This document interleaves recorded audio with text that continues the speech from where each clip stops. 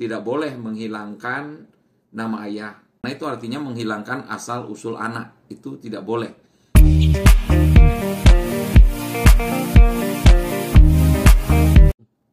Ya, ini untuk Pak Indra Wibowo.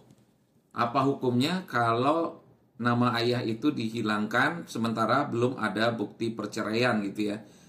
Tentu yang pertama-tama itu bisa menjadi pemalsuan data ya. Dan pemalsuan data itu kan tidak boleh di dalam aturan kependudukan kita. Karena itu artinya menghilangkan asal usul anak. Itu tidak boleh.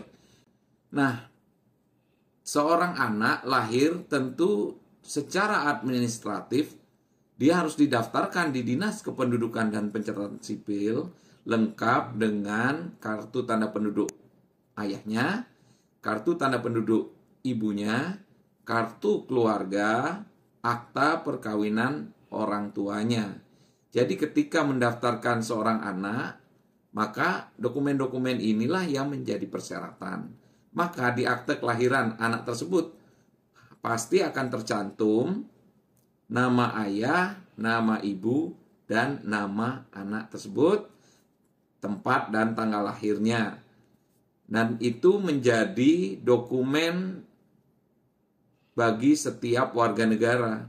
Dokumen akte kelahiran ini akan melindungi seseorang yang baru lahir akan mendapatkan perlindungan dari negara ketika dia memperoleh akta kelahiran. Jadi tidak boleh menghilangkan nama ayah. Apalagi nanti ketika sang anak sudah dewasa dan dia melakukan perkawinan untuk yang muslim maupun yang non-muslim, itu tentu butuh nama ayahnya, butuh identitas ayahnya. Jadi memang tidak boleh menghilangkan identitas ayah di akta akta kelahiran seorang anak.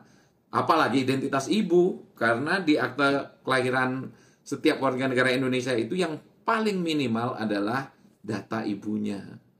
Tapi kalau dalam perkawinan yang sah, maka data ayah dan ibunya harus tercantum.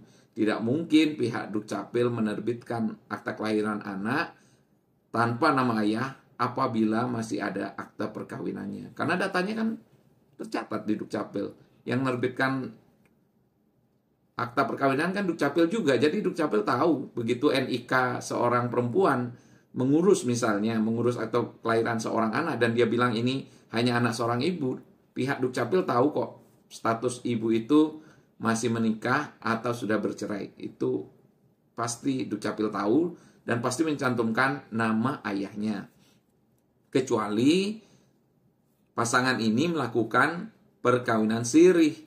Kalau perkawinan siri secara administrasi dia tidak tercatat sehingga belum dianggap pasangan suami istri. Dan jika kasusnya begitu, maka seorang perempuan bisa membuat akta kelahiran tanpa nama suaminya, hanya mencantumkan anak seorang ibu. Nah, itu yang perlu diketahui oleh masyarakat. Terima kasih.